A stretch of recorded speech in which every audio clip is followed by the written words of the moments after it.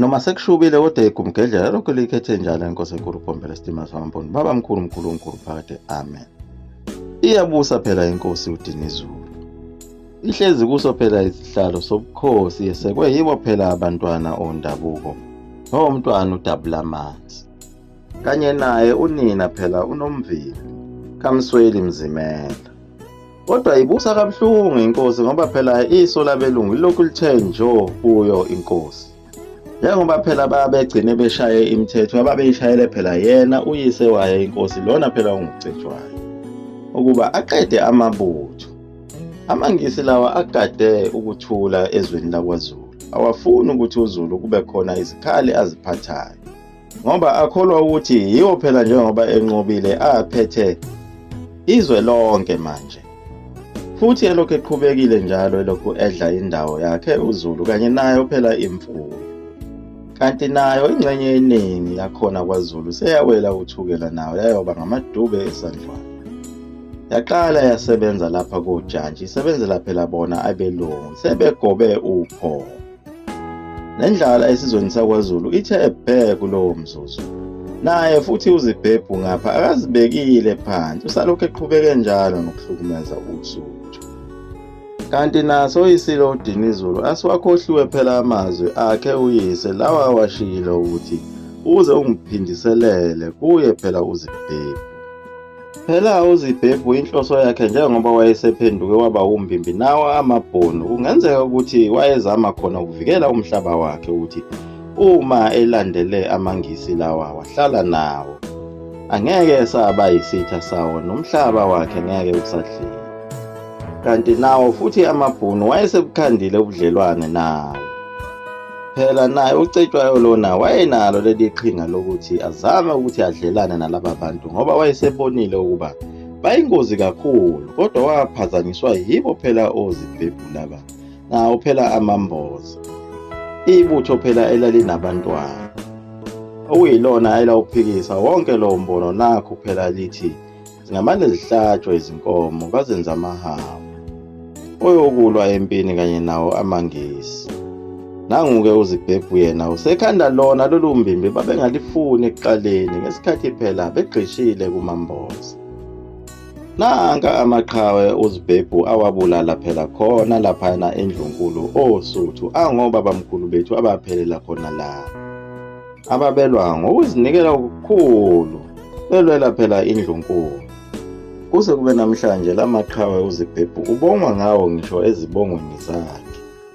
Wayethi mase elibulele leli qhawe lasesandlwana elibulalela khona phela eNdlunkulu kuthiwa waliqumba phansi kwelidumayo. Akwaba ndaba zalutho. Ethi uyababa akanamhlehlo, akananyongo. Umfamfatha wamnika inyoni zezulu. Nayo tshingaka kamahola naye wamqumba phansi kanjalo kwelidumayo. Nosihayo kaXhogo naye wamqumba phansi kanjalo kwelidumayo. uGodide kaNdlela Ntuli, uNdwandwe kaMdlaka la lo yaphela waba yiqhawe lapha kuthiwa umgwazi wabantu bethi amen owagwaza iNgisi lithi liyathandaza wamqumba phansi kwelidumayo. Umbopha kaWolizibi Hlabisa wamqumba phansi kwelidumayo. uDikana kaNhlakanyana Mdlalosi wamqumba phansi kwelidumayo. uSekethwayo kaNhlaka wamdibha phansi kwelidumayo. uBhulangethe kaMagidi Biyela wamdibha phansi kwelidumayo. uVumindaba kaNqethu wamdibha phansi kwelidumayo. uHayiyana kanye noMakhoba wamdibha phansi kwelidumayo. uNhlanganiso wamdibha phansi kwelidumayo. uMsushwana kaMfusi wakwaMdletshe wamdibha phansi nawo kwelidumayo. Phela wawungondunankulu lawa nazo zonke izikhulu zombuso wakwaZulu ezazigqishile phela khona eNdlunkulu ondini. Azithola kahle zingazelele lutho wazidibha phansi kwelidumayo. Wathi ziyababa zinanyonga zinamhlehlo. Wayemfafatha amaqede wayinika inyoni zezulu. Abanye babo obabamkhulu bethu laba abasala khona phela eNdlunkulu nabo futhi abangalandile. Njengoba sijahe imlando namaqhawe akwamanye amazwe. Nakhona isandlana futhi obabamkhulu bethu asibalandanga kuzo zonke lezi zimpi zakwaZulu kuze kuyofika empini yaseShiyane. Nazo zonke izimpi igumgedlela eselizibalile lapha. Yiko phela lokho kwenza isizwe sabantu abamnyama singayi phambili nalona othi ucebile umnotho wakhe uhamba uhambe ufadalale uphele nya. ngenxa yokuthi phela asinazo izimpande. Ziphi izigwili zakithi zasemandulo, nazo futhi lezi ezikhona njengamanje, kuzophela konke. Uthi lasho igumgedlela ukuthi uma ungenayo impande ngeke uye ndawo, ngoba wonke lo mnotho uzosala ebantwaneni bakho, bawubhubhudle wonke bawuqede.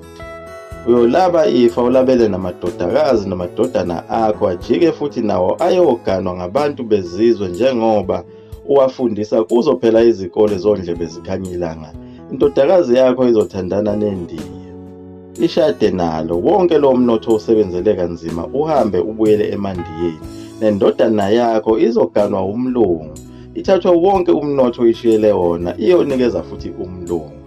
Phinde sisale isizwe sabantu abamnyama, nawo wonke umlando wesibongo sakini uhlupheka. Ngoba ngisho ungafa wena kusale unkosikazi wakho, nawo umnotho wakho lona uzongenwa phela yiNigerian nje na. Liphinde luthathe wonke lo mnotho wakho namaplazi akho awele aye eNigeria.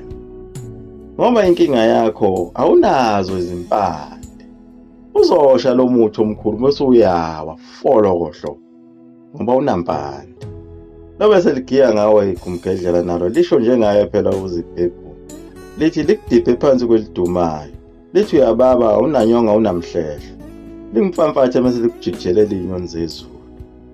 Wayegiya kanjalo phela naye uZibhebhu lona. Umbhudisi wabelungu bengathandi kwanolela. Usibhamu sadla umuntu usadla ingwenya. Uxamalaza kuphuma umbayimbayi ngaphansi nangaphezulu. Okanye lokho kwakudina bona phela abantwana undabuko lo okwawenziwe uye uZibhebhu ngoba waqotha imbokodo ebulala ngisho nabo abantwana bakhona endlunkulu. Abafana nayo inhlanganiso yena lo wagwazwa uye uZibhebhu khona phakathi endlunkulu.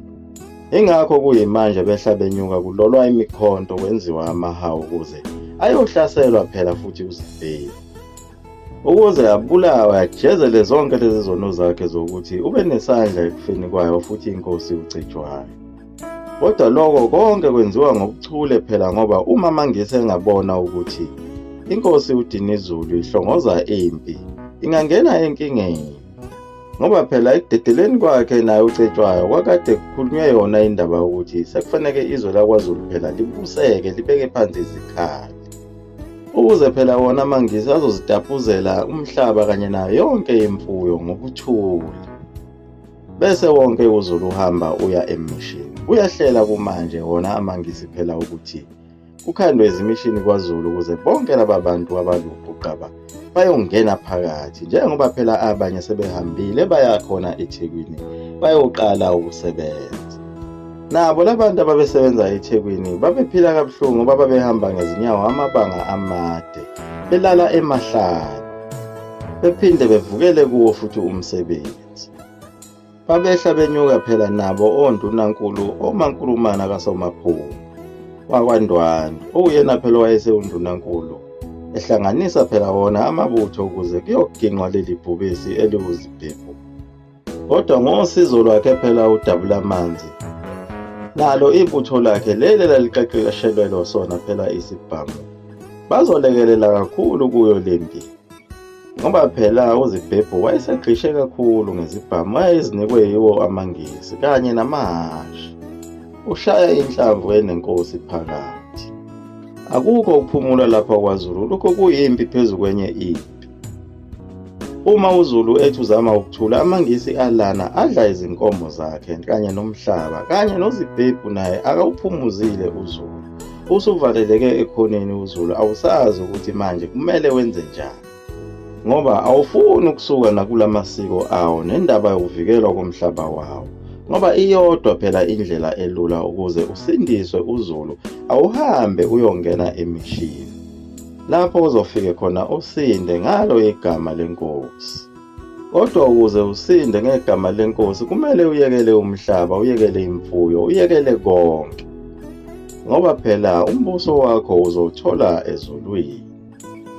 Amanye amagwala ayibaleka kancane phela ayozinikela khona lapha enkosini emishini. Ngoba afile phela amaqhawe amaningi kwaZulu. Yaguqa lapha kumgegela mzula amafutha umkhovu into mleso phakade. Amen.